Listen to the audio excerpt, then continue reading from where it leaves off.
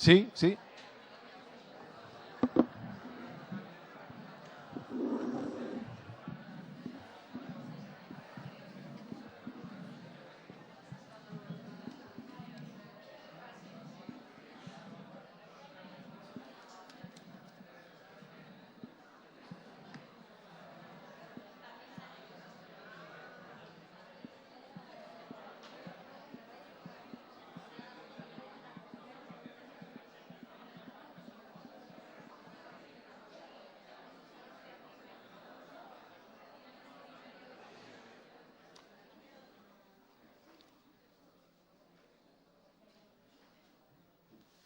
Cuando quiera me dice para empezar. Sí, sí, sí, sí.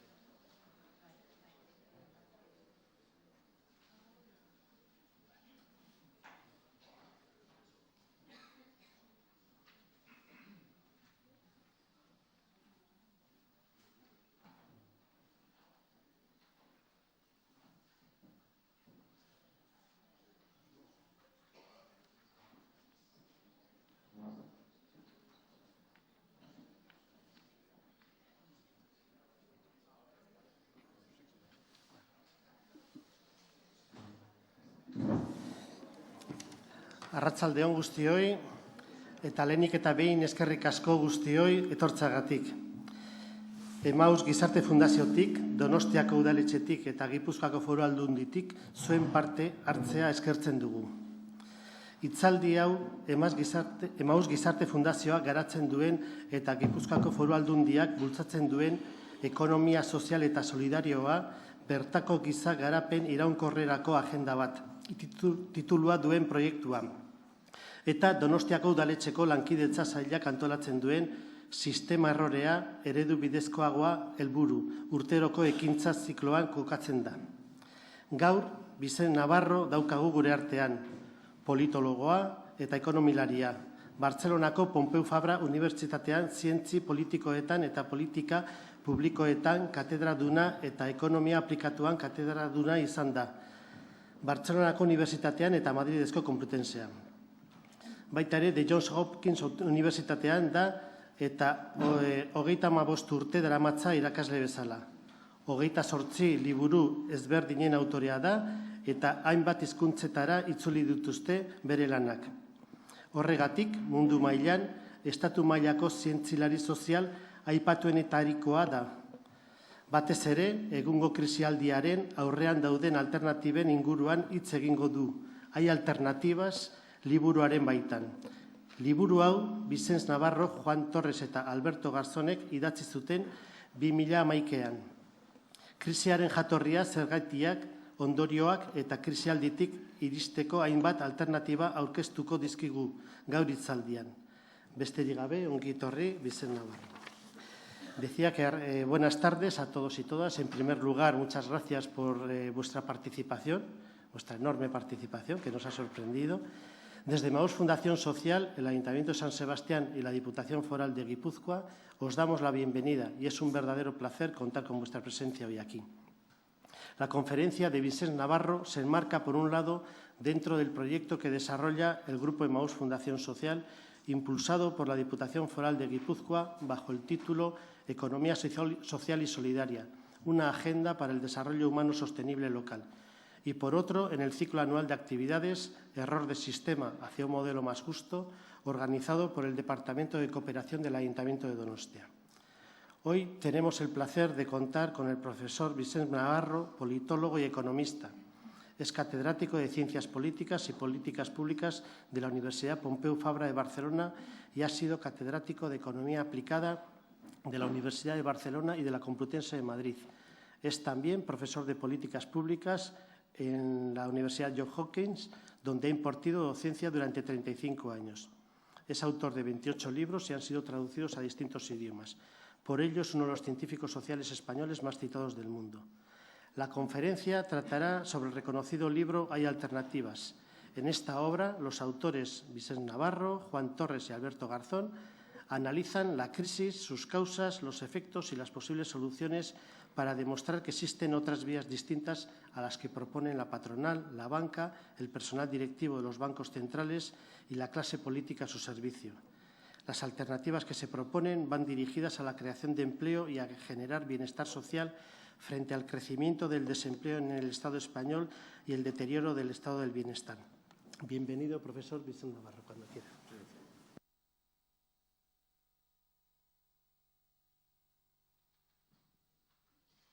Permítame que hable levantado porque tengo un problema de espalda y si estoy sentado mucho tiempo me duele. Bueno, yo quiero agradecer a la Fundación la amabilidad de invitarme. Para mí siempre es un placer aquí estar con ustedes, el País Vasco, que como catalán siempre siento afinidad especial por la historia que los dos pueblos tenemos. O sea que en este aspecto una gran estima y les doy un abrazo a todos. Voy ahora a tratar del tema de la situación. Según me han dicho, hay otra sala en la que también, y me están viendo, pues saludos también a ellos. Lo que voy a tratar ahora es de la crisis actual e intentar darles una versión muy distinta a la que los medios están proveyéndoles. Vamos a ver. Y no sé si ustedes me preocupa un poco. Díganme con toda sinceridad al final, ¿ven las diapositivas? ¿La pueden leer? Vamos a ver, sí o no. La última persona. La última persona. No traten de ser amables, díganme la verdad, como siempre. ¿La pueden leer? No. Bueno, me lo temía. Qué lástima. Bueno, pues permítame, les voy a leer, al menos sintetizar. Es que yo soy una persona muy empírica, yo soy muy poco retórico. Creo que ha sido la contaminación del mundo anglosajón, en el cual he vivido 50 años en mitad del siglo y yo sin datos no sé cómo funcionar. Pero en fin, ya les iré explicando qué es lo que la diapositiva dice. Bien, cuando analizamos qué es lo que está pasando en todos los países de la eurozona, es una situación bastante única en el sentido de que coinciden muchos indicadores. Hay una disminución de los salarios, un aumento del desempleo, un descenso de la ocupación, una dilución de la protección social, una reducción del gasto público social, una privatización de las transferencias y de los servicios del estado de bienestar, una reducción de los derechos laborales y sociales, una reducción y privatización de las pensiones públicas y un debilitamiento de la negociación colectiva y de los sindicatos. Esta es la realidad que ocurre en la mayoría de países y de una muy acentuada en los países periféricos, Grecia, Portugal, Irlanda y España. A los países que se llama, en una terminología muy ofensiva, pigs, que quiere decir cerdos en inglés, y que se transforma en gypsy cuando se incluye Italia ahora últimamente. Bien, ¿por qué estamos en una situación? Y veamos aquí declaraciones de personas de gran relieve político hoy en Europa, como es el presidente del Banco Central Europeo, el señor Mario Draghi, que en su entrevista a la revista Wall Street Journal indica que el modelo social europeo ya es insostenible. Esto se está ya casi admitiendo en las estructuras de poder que podríamos llamar el establishment europeo. Ya la Europa social ya no podemos sostenerla. La canciller Angela Merkel en la televisión pública alemana también dijo que la crisis del euro está causada por una falta de disciplina fiscal de varios países cuyos dirigentes actuaron de una manera muy irresponsable.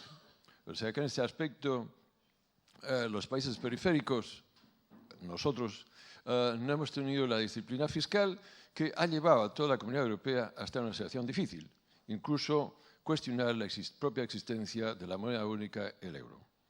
Y las declaraciones del presidente del gobierno español, que en una conferencia de prensa reciente dice que nos hemos gastado por encima de nuestras posibilidades.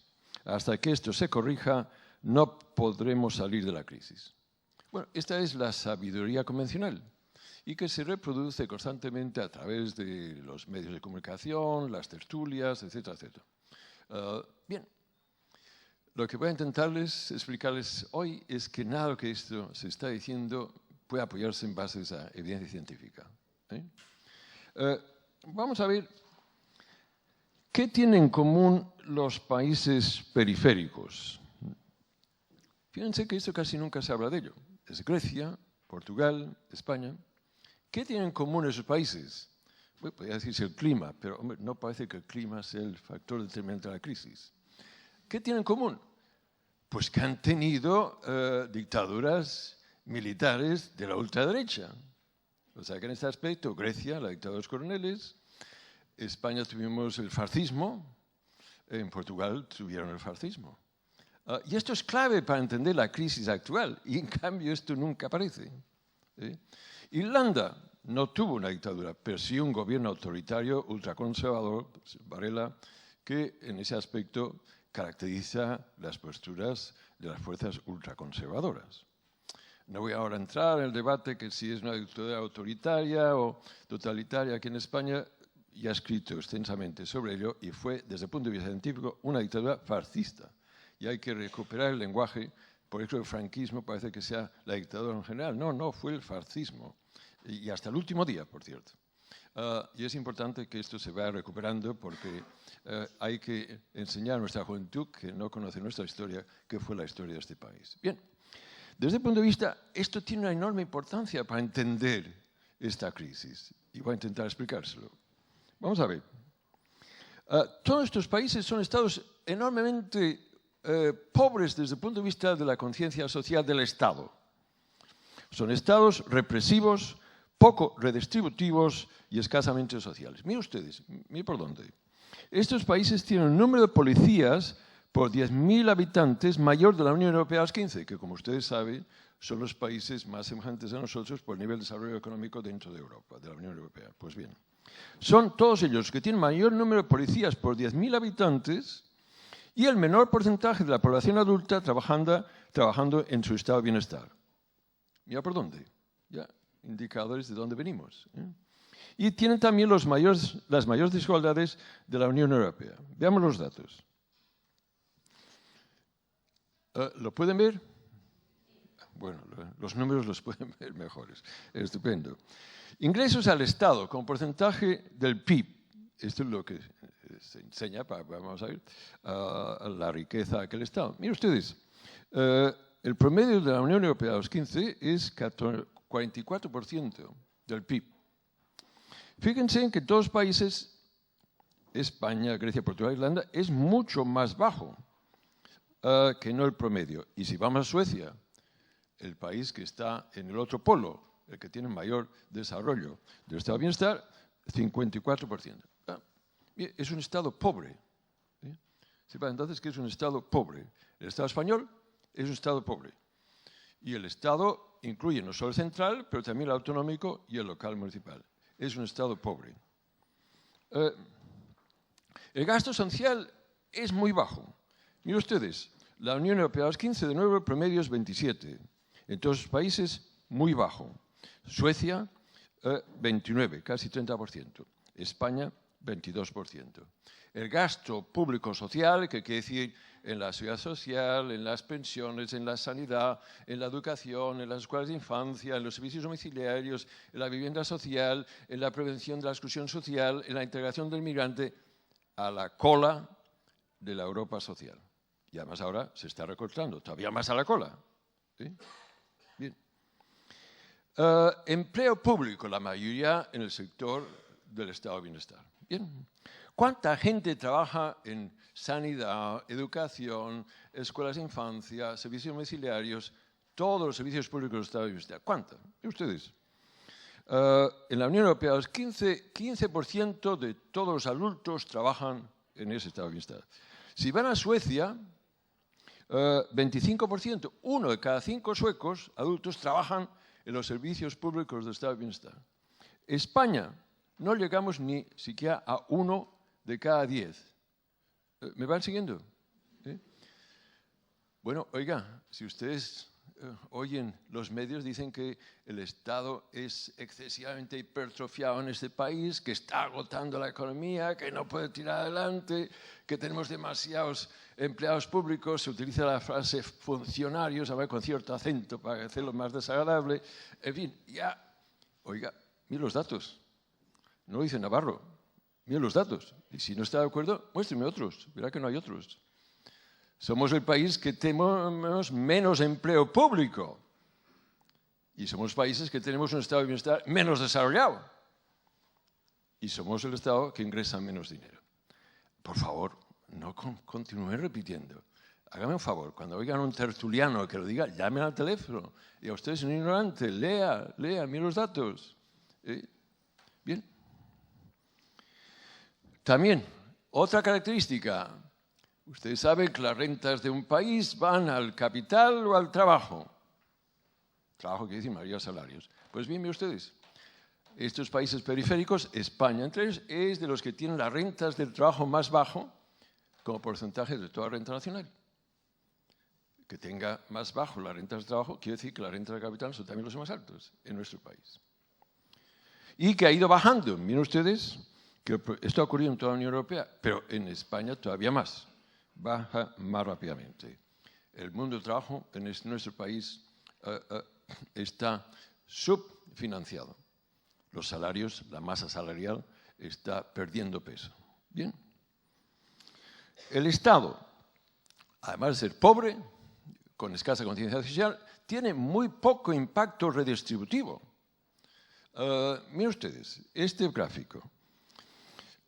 Lo que quiere decir, y me refiero a 2009 porque es el último año que tenemos datos de la Unión Europea a través de la fuente de datos que se llama Eurostat. Bien. Si no hubiera estado de bienestar, fíjese que el Estado redistribuye, consigue dinero de la población, le resta su capacidad adquisitiva y distribuye dinero entre la población, aumenta su capacidad adquisitiva. O sea que el Estado tiene un impacto redistributivo, recoge a través de tasas, de impuestos y los gasta a través del gasto público, de las transferencias, etcétera, etcétera. Veamos cuál es el impacto redistributivo. Fíjense ustedes que si elimináramos el estado de bienestar en España, el 24% de la ciudadanía serían pobres, de los adultos, y baja al 20% si cuando interviene el estado de bienestar. No sé si me explico bien. Yo les agradecería que muevan la cabeza, si no me es difícil para mí entender si me estoy explicando bien o no. Muy amables. Pues mire usted, desde ese punto de vista, vean de que la capacidad redistributiva del Estado es muy escasa. La gente pobre pasa de 24 a 20. Fíjense en Suecia, de 27 a 13.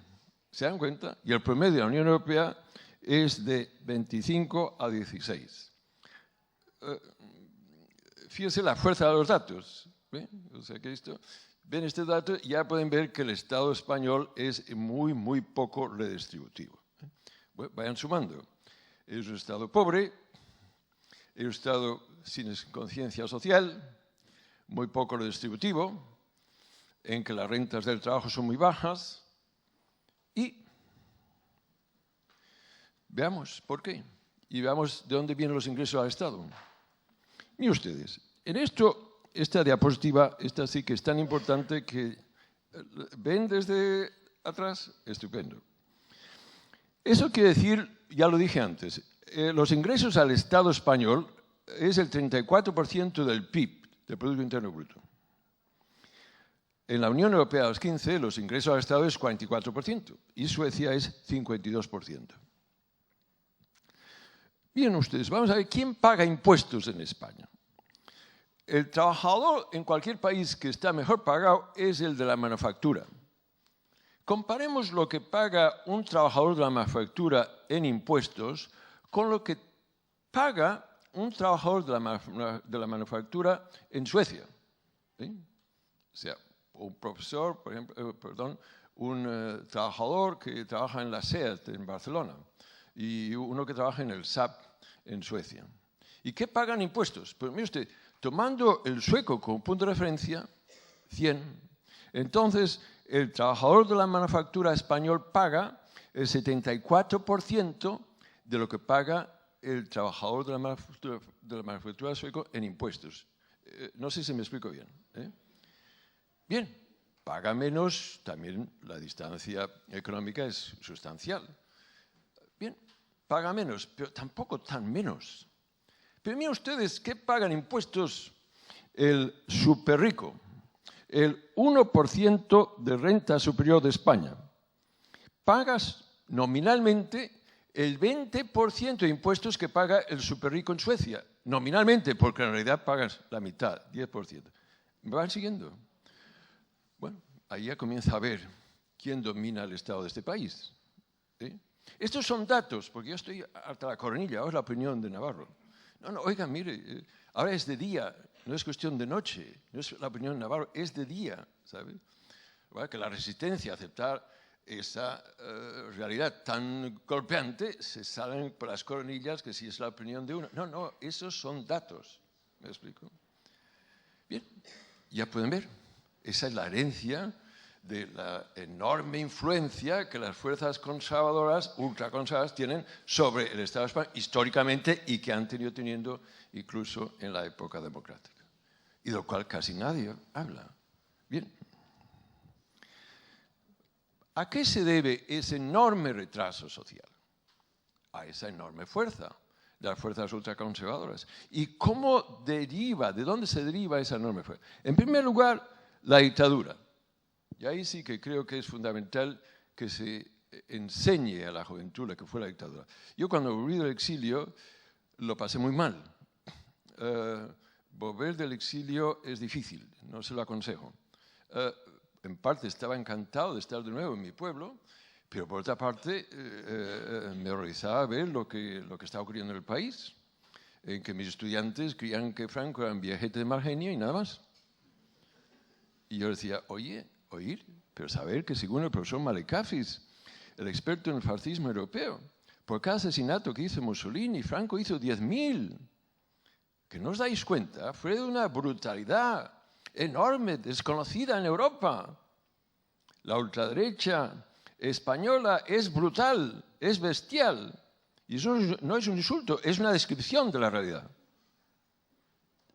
Fue una represión brutal.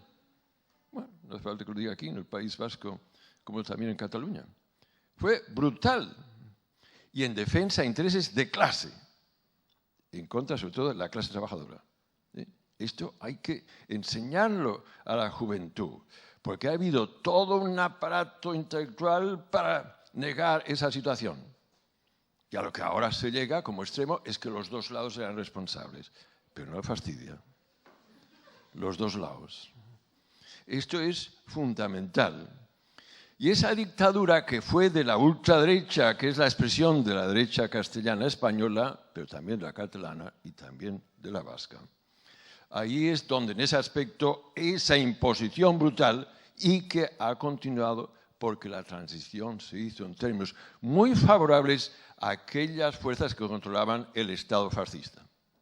Esto es importante que se sepa, que en ese aspecto la transición fue muy modélica, porque se hizo en términos de enorme desequilibrio de fuerzas. La ultraderecha heredera del fascismo controlaba el Estado, dirigido por el monarca. Y tenían todo. Las izquierdas que lideraron las fuerzas democráticas acababan de salir de la cárcel o venían del exilio, estaban en la clandestinidad. Cuando decían, no, es que la transición fue resultado de consenso, pero no me fastidie. Consenso quiere decir sentarse entre iguales, pero ahí unos lo tenían todos y otros no tenían nada. Y la Constitución refleja eso. De ahí que la Constitución sea un documento tan valioso para las ultraderechas porque la definieron primordialmente ellos. Entonces, esto es fundamental. Y claro, se hizo esa transición en los términos que no resolvió los problemas claves del país. El problema social, y fíjese que la Constitución española no dice el derecho a la sanidad, a la educación. Es importante que se lo sepan. El derecho de universalidad no existe todavía en la Constitución española. Y tampoco resolvió el problema plurinacional del Estado español. Y de ahí que estamos ahora viendo el final de una etapa, de aquella transición inmodélica, el descrédito, la deslegitimación del Estado, heredero de aquella situación exterior, es inmensa. En Cataluña la gente está en la calle, en el País Vasco la gente está en la calle, en Andalucía la gente está en la calle, en Castilla la gente está en la calle. Ese sistema está ya perdiendo toda legitimidad. Y es ahí, sin querer parecer dramático, pero es un momento histórico. Y el enorme retraso de España y de las distintas naciones y pueblos dentro de esa entidad que podríamos llamar Iberia está súper retrasado debido a ese enorme dominio de esas ultraderechas en los aparatos del Estado. Bien. Y ahí que estemos a la cola de la Europa social. Pero hay otro elemento que también hay que explicar, que es la manera como se hizo la integración de España en la Unión Europea y en el euro, que es otro elemento del que tampoco se habla. Miren ustedes que en esta diapositiva, que espero que sí puedan ver bien, cuando el dictador muere, que es el año 75, resultado de esa enorme fuerza de aquellas fuerzas conservadoras, el Estado español se gastaba solo un 14% del Producto Interno Bruto en el estado de bienestar. Mientras que aquellos países que más tarde serían países miembros de la Unión Europea de los 15, ya era el 22%. Fíjense la enorme distancia, 14-22%. El estado de bienestar en España, cuando se inicia la democracia, es muy poco, está muy poco desarrollado. Bien, 75. La democracia se abre, y en ese aspecto, naturalmente, hay que indicar de que la transición fue muy modélica, muy desequilibrada, pero fue una abertura a aquel Estado y que permitía ciertos espacios de democracia. Y esto es fundamental. Y que se debió, un punto muy importante que voy a hacer referencia más tarde, a la movilización popular. Nunca olviden que Franco murió en la cama, pero la dictadura murió en la calle. Y fue por la enorme movilización de la población liderada por el movimiento obrero que aquella dictadura tuvo que terminar. Bien, desde el punto de vista se llega a esta situación y ven ustedes como el gasto público social como porcentaje del Producto Interno Bruto va aumentando. ¿Ven? Va y que ya en el 93 es el 24%. Claro que la Unión Europea de los 15 subió de 22 a 28. Pero ¿qué pasa en el 93? ¿Ve? Como el gasto público social en España baja. En Europa también, pero muy poco. Aquí baja muy rápidamente. ¿Qué pasa? En el año 1993 es cuando se toman las decisiones para entrar en el euro. Recuerden ustedes que el Partido Socialista había perdido la mayoría y se tiene que aliar, y cuando todo el mundo se pensaba que se iba a aliar con la Izquierda Unida, va y se alía con la derecha catalana, con Convergencia y Unión. Y recuerden que tenía que bajarse, según el criterio de Maastricht, el déficit del Estado, que era 6%, y tenía que bajarse a por debajo del 3%, según el criterio de integración en la moneda europea. ¿Cómo se baja el déficit público? Bueno, hay varias maneras. Una, aumentando los impuestos. Otro, bajando el gasto público. Y otro, estimulando el crecimiento económico. En España se hizo, como se está haciendo ahora, sobre todo a base de disminuir el gasto público social. Y miren ustedes, esta diapositiva lo muestra muy claro. Esta diapositiva comienza, seguro que no lo pueden leer, en el año 1995, miren ustedes, España se gastaba, el gasto público social por habitante, se gastaba 1.793 euros estandarizados, y ahora explicaré qué quiere decir euro estandarizado, se gastaba 1.793 euros estandarizados menos de lo que se gastaba en gasto público social por habitante el promedio de la Unión Europea de los 15. Es lo que podríamos llamar el déficit de gasto público social de España. Bien, fíjense que estamos hablando el último año de Felipe González, luego comienza Aznar, y miren ustedes cómo el déficit va aumentando, aumentando, aumentando. ¿Se dan cuenta? Luego entra un plató y cuando vuelve el socialismo Zapatero, que por general, no siempre, tiene mayor conciencia social a las izquierdas que no a las derechas, el déficit baja. Pero fíjense ustedes que en el año 2007, cuando comienza la crisis, todavía el déficit de gasto público social por habitante en España era mayor que el que había en el año 1995. ¿Me explico? Euro estandarizado es el euro modificado por la capacidad de compra de varios países. Un euro compra menos en Alemania que no en España, porque el nivel de vida es mayor en Alemania, por lo tanto, si queremos comparar la capacidad adquisitiva de aquella moneda, no podemos coger el euro sin más, tenemos que corregir ese euro por la capacidad adquisitiva de la población. Y es lo que se llama el euro estandarizado. Pero en fin, no es muy lejano al euro. Fíjense, ¿esto qué quiere decir? Que el euro se hizo a costa del estado de bienestar español. ¿Y quién utiliza más el estado de bienestar? Las clases populares. Las clases populares fueron los que pagaron el coste de ingreso en el euro. Y de esto ustedes no han oído hablar nada. ¿Se dan cuenta? De nuevo, estos son datos. Si alguien que no está de acuerdo, que me muestre otros, pero son datos. Es ahí donde vean ustedes que esa integración de España en el euro significó un retraso de la corrección del enorme déficit social que tiene España. Fíjense entonces, el estado de bienestar, cuando comienza la democracia, ya está muy poco financiado. Se corrige algo durante los años 80, principios 90, pero luego, ¡pum!, baja de nuevo. Y cuando comienza la crisis, 2007, todavía estamos más por debajo que cuando comenzó la época de los años 90. ¿Se dan cuenta? Bien, de ahí que el estado de bienestar tampoco financiado en nuestro país. Pero miremos ahora la crisis actual. Fíjense que en la época de bonanza en este país, lo que se hizo es lo que siempre se hace cuando las fuerzas conservadoras y liberales dominan el Estado español.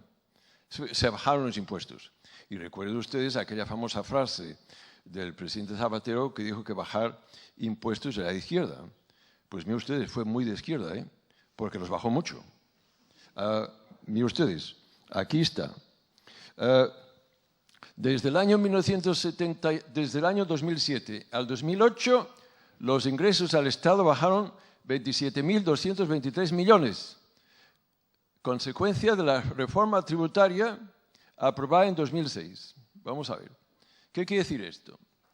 Que del 2007 al 2008 los ingresos al Estado bajan de una muy dramática. Dirá, claro, porque la crisis comenzó en el 2007.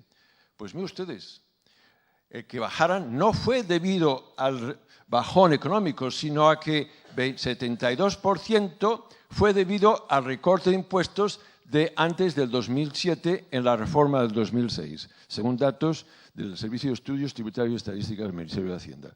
No sé si me he explicado bien. ¿Lo expliqué bien? Bien, ven ustedes, o sea que época de bonanza, bajar de impuestos. Baja de impuestos, viene la... Entonces, claro, baja de impuestos quiere menos ingresos al Estado.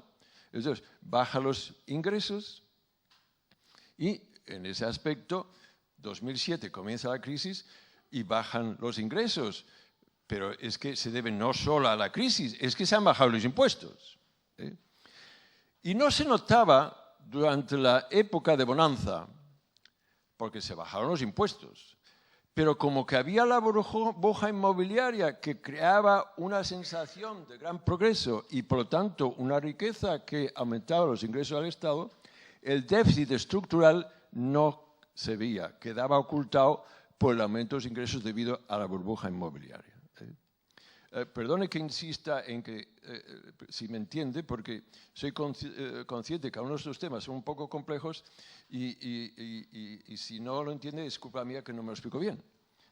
O sea que, repito, ya les dije que el euro se hizo a costa de la integración, que el euro en España se hizo a costa del debilitamiento y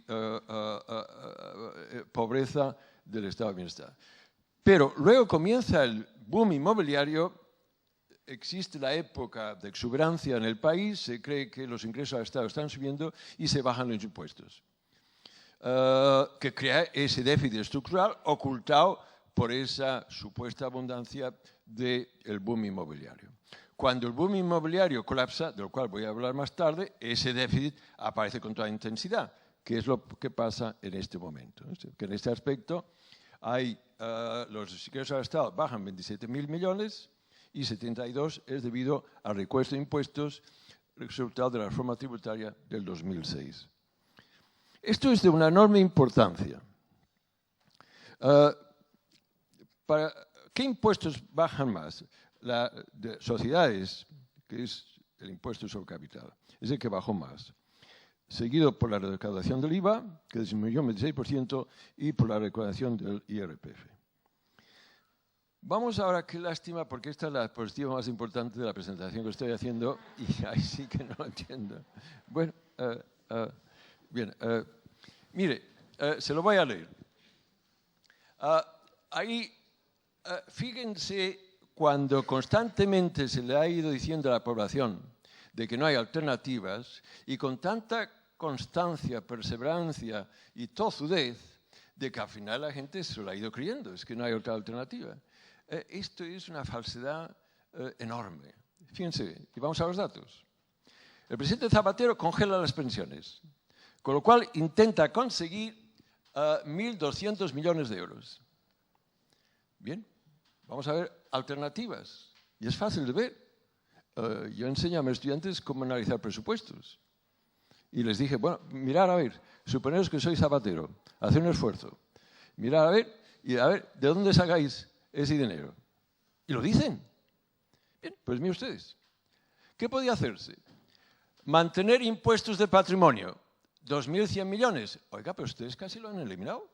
¿Por qué no lo recuperan? Segundo, anular la rebaja de los impuestos de sucesiones, 2.552 millones. ¿Y por qué no hacen eso?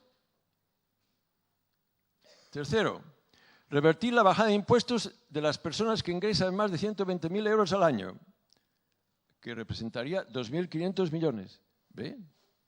El señor Zapatero podía haber hecho eso. ¿Por qué no lo hizo? Ahora, el señor Rajoy va, y para no ser menos, todavía más, 6.000 millones de euros en sanidad. Oiga, pero no sea bestia. Usted se carga la sanidad pública de este país, ¿eh? 6.000 millones. ¿Y por qué hace eso? ¿Por qué no hace la alternativa? Mire usted, mire el presupuesto. Y luego usted, anular la bajada. Fíjense que no estoy diciendo aumentar los impuestos. Estoy hablando anular la bajada que ustedes hicieron. Lo que les acabo de decir.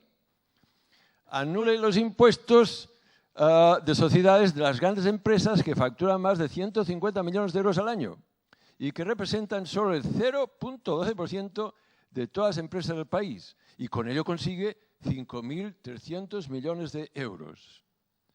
Oiga, pero señor Rajoy, ¿y por qué no hace usted eso? Eso se puede hacer, si hay voluntad política, ¿no? Eso se puede hacer. Continuemos. Recortes en sanidad, educación, servicios sociales, en total nada menos que 25.000 millones de euros. Oiga, ¿por qué no corrige el fraude fiscal de las grandes fortunas, la banca y grandes empresas que representan el 71% del fraude fiscal de este país e ingresa 44.000 millones al año?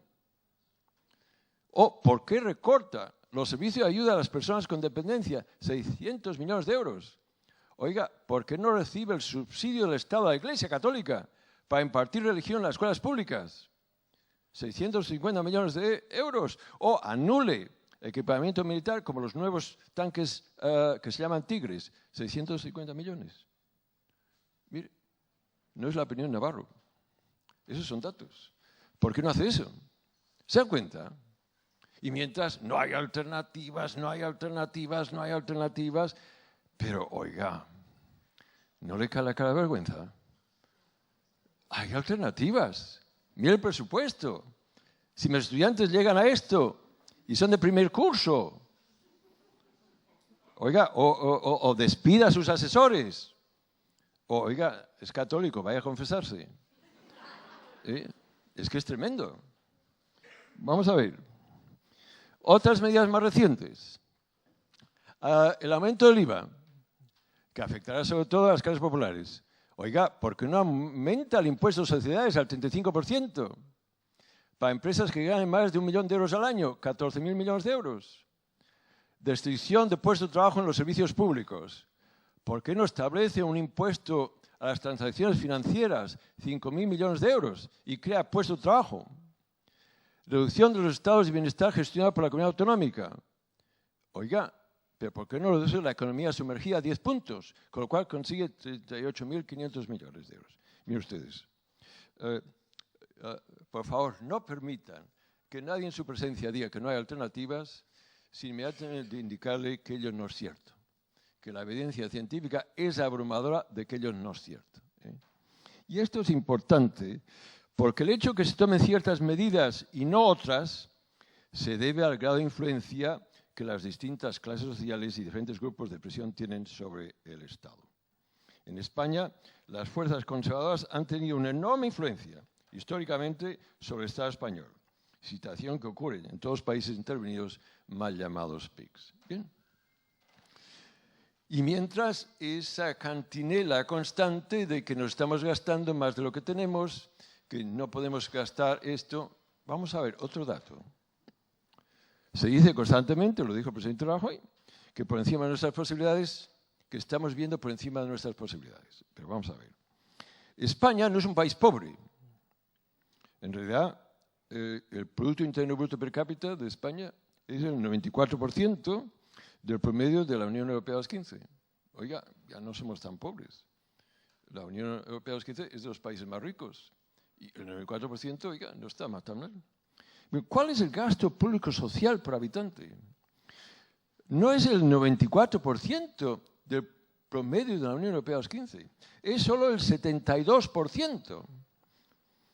Si en lugar del 72% fuera el 94% del promedio de la Unión Europea de los 15, gastaríamos 66.000 millones de euros para financiar la seguridad de este país. ¿Se dan cuenta? Estamos hablando de... Esto no es calderilla, ¿eh? Estos son 66.000 millones de euros. Si nos gastamos lo que debíamos gastarnos por el nivel de riqueza que tenemos. España tiene estos recursos. ¿Qué pasa? Que el Estado no lo recoge. ¿Se acuerda de aquella diapositiva? El superrico, las grandes corporaciones, las grandes fortunas no contribuyen. Señor Rajoy, no me diga que no podemos gastarnos, sí que podemos. Los recursos existen en el país.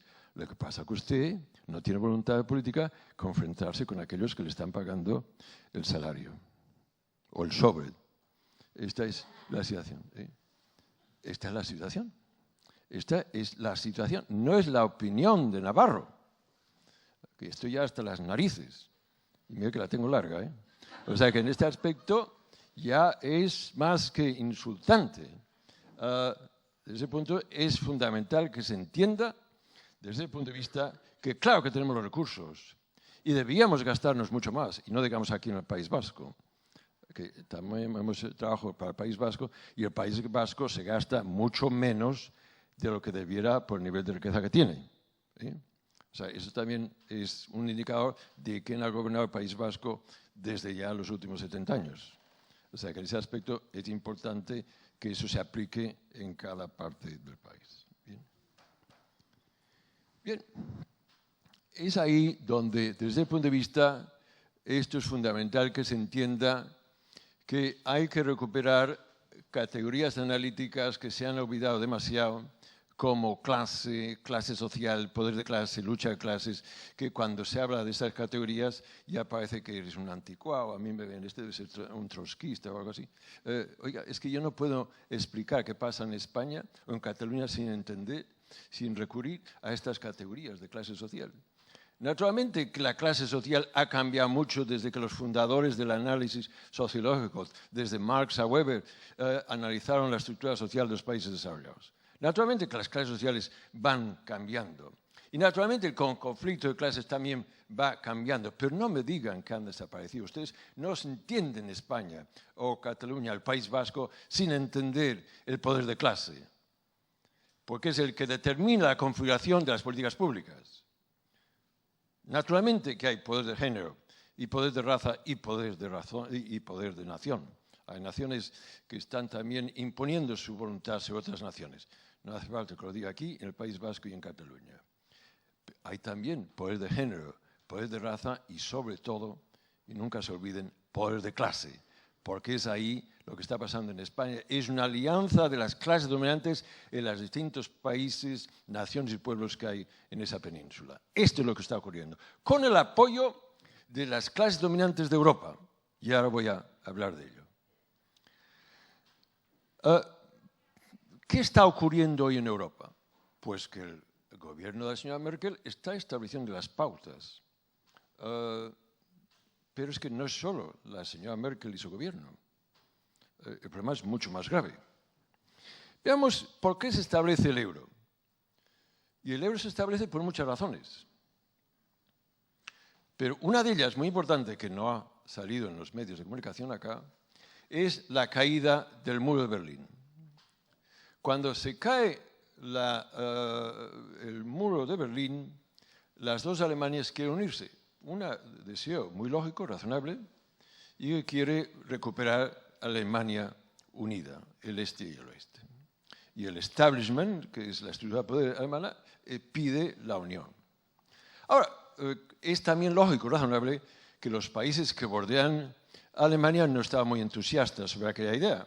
Ha habido 2 guerras mundiales en Europa debido a ese dominio alemán. Y recuerden ustedes que el presidente Mitterrand, una persona muy astuta, dijo con la ironía que le caracterizaba que yo amo tanto a Alemania que prefiero tener 2 más que una. Bien, no había un entusiasmo por la unión de Alemania. Pero había 2 alternativas. O se aísla Alemania, con lo cual se establecen las raíces para una tercera guerra mundial, o integrar a Alemania en Europa. Y fue ahí donde Mitterrand, de una manera muy astuta, dijo, bueno, pues una manera de hacerlo es que agarrarle por su moneda, de manera que desaparezca la moneda alemana y que aparezca la moneda europea. O sea, que el marco desaparece y a partir de entonces es el euro. Es la manera de integrar a Alemania en Europa. Ahora bien, la estructura de poder de Alemania puso unas condiciones para él. El marco era muy poderoso. Y una de ellas es que gobernara el euro. De ahí que el Bundesbank es la fuerza dominante en lo que se llama Banco Central Europeo. Que no es un banco central. No es un banco central. ¿Qué hace un banco central digno de su nombre? Bueno, vamos a ver, el Federal Reserve Board en Estados Unidos. Yo he vivido casi 50 años en aquel país, lo conozco muy bien. ¿Qué hace el Banco Central Europeo? Pues hace lo que hace el Banco de Inglaterra, el Banco de Japón, o lo que hacía el Banco de España cuando existía como tal, independiente. ¿Qué hace? Pues imprime dinero. Bueno, el Banco Central Europeo imprime dinero. ¿Pero qué hace con ese dinero? Un banco central compra bonos del Estado para proteger a aquel Estado contra la especulación de los mercados financieros. ¿Qué quiere decir eso? Vamos a ver. Supongamos que un Estado, que desde el punto de vista, aquel Estado tiene una deuda pública y que los intereses de la deuda se están disparando. El Estado necesita dinero y llega un momento que le cuesta conseguir dinero y los intereses se disparan, como aquí en España. ¿Qué hace un banco central? Viene y compra esa deuda pública, con lo cual los intereses bajan. O sea, una función esencial del Banco Central es proteger al Estado frente a la especulación de los mercados financieros. Y claro, para la banca, que son los mercados financieros, le va muy bien que los intereses de los bonos se disparen, porque los compra y es un gran capital. No sé si me estoy explicando bien. ¿Qué pasa entonces? Fíjense que el Banco Central Europeo no compra bonos de los estados. Con aquel dinero no compra, no protege a los estados frente a la especulación. ¿Qué hace con ese dinero? Lo da a la banca. Bueno, dar es una expresión un poco incorrecta. Lo presta a unos intereses bajísimos, 0,7. ¿Y qué hace esa banca con ese dinero? Compra bonos públicos del Estado a unos intereses 6, 7 y 12%. Oiga, el chanchullo del año, ¿eh? El chanchullo del año, ¿eh?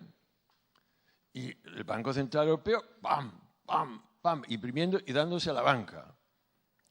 Eso que se llama recapitalizar la banca. Oiga, pues la han recapitalizado, pero en serio, ahí dándole más. Y mientras el crédito no llega a la empresa y no llega al ciudadano. Aquí se ha gastado casi el 8% del PIB en ayudar a la banca, oiga, y no ha filtrado a la ciudadanía. ¿Se dan cuenta? Esto es lo que hace el Banco Central Europeo. No es un Banco Central, es un fantástico lobby de la banca, hegemonizada por la banca alemana. ¿Se dan cuenta? Bien, ahí está la situación. Entonces, la banca tiene un enorme poder hoy en Europa y también en este país. Y son los que configuran esa arquitectura que se llama la Unión Europea, con el euro. El euro nunca ha estado en peligro. Esa imagen de que, ¡ay, qué peligro, que los países del sur nos van a destruir el euro! Miren, por favor, sean serios. El euro nunca ha estado en peligro. En realidad, siempre ha estado sobrevalorado. Los empresarios que están exportando ya les gustaría que tuvieran un euro más bajo. Comparen el euro con el dólar y siempre está por encima. Goza de muy buena salud, en realidad excesiva salud. Nunca ha estado en peligro. ¿Por qué? Porque es la moneda de Alemania y la estructura de poder de Alemania se ha beneficiado enormemente de esta situación. Mire, los intereses de los bonos son muy bajos en Alemania. Aquí son altísimos, lo cual explica un flujo de capitales de la periferia hacia el centro que beneficia al capital alemán. ¿Lo ven? Y ahí quiero hacer una cualificación que es muy importante. Aunque hablo de Alemania, con el sector científico debía hablar del establishment alemán, porque no puede hacérselo, constantemente se dice, de identificar el gobierno del Estado con aquel país. Recuerden lo de clases sociales. Cuando el gobierno Aznar apoyó al gobierno Bush en la invasión del Irak, en la prensa internacional se decía España apoya a Estados Unidos en la invasión del Irak. Pero oiga, no fastidie. Yo estaba en España entonces. Hubo millones de españoles en la calle en contra de la invasión de Irak. Diga no España, diga el gobierno Aznar. Es que esto es muy importante. Fíjense que debido al sistema electoral que tenemos en España, la mayoría de gobiernos, incluso aquellos que tienen mayoría, no representaban la mayoría de la ciudadanía. El mejor caso es el gobierno del Partido Popular ahora. Solo el 28% de la población que podía votar votó al Partido Popular y a pesar de ello tiene una mayoría absoluta. El sistema electoral de este país se diseñó para favorecer la bipolaridad y sobre todo a las fuerzas de derecha que tenían la mayor influencia en el diseño de aquel sistema electoral. Esto tienen que captarlo bien. Desde el punto de vista, es en esa situación en la que no podemos hablar de España, incluso Estados Unidos. Yo recuerdo cuando el general Pinochet, yo estaba asesorando al gobierno de Unidad Popular, y decía, Estados Unidos ha impuesto Pinochet a Chile. No es cierto, yo estaba ahí. Era la segunda vez en mi vida que el fascismo me tocó a nivel personal. No es cierto. El que puso al general Pinochet fue la burguesía chilena, la oligarquía chilena, los terratenientes chilenos, la banca chilena, la iglesia chilena y las fuerzas militares. Y no impuesto para Estados Unidos. Oiga, Estados Unidos tenía en aquel momento 300 millones de habitantes. El gobierno Nixon era súper importante.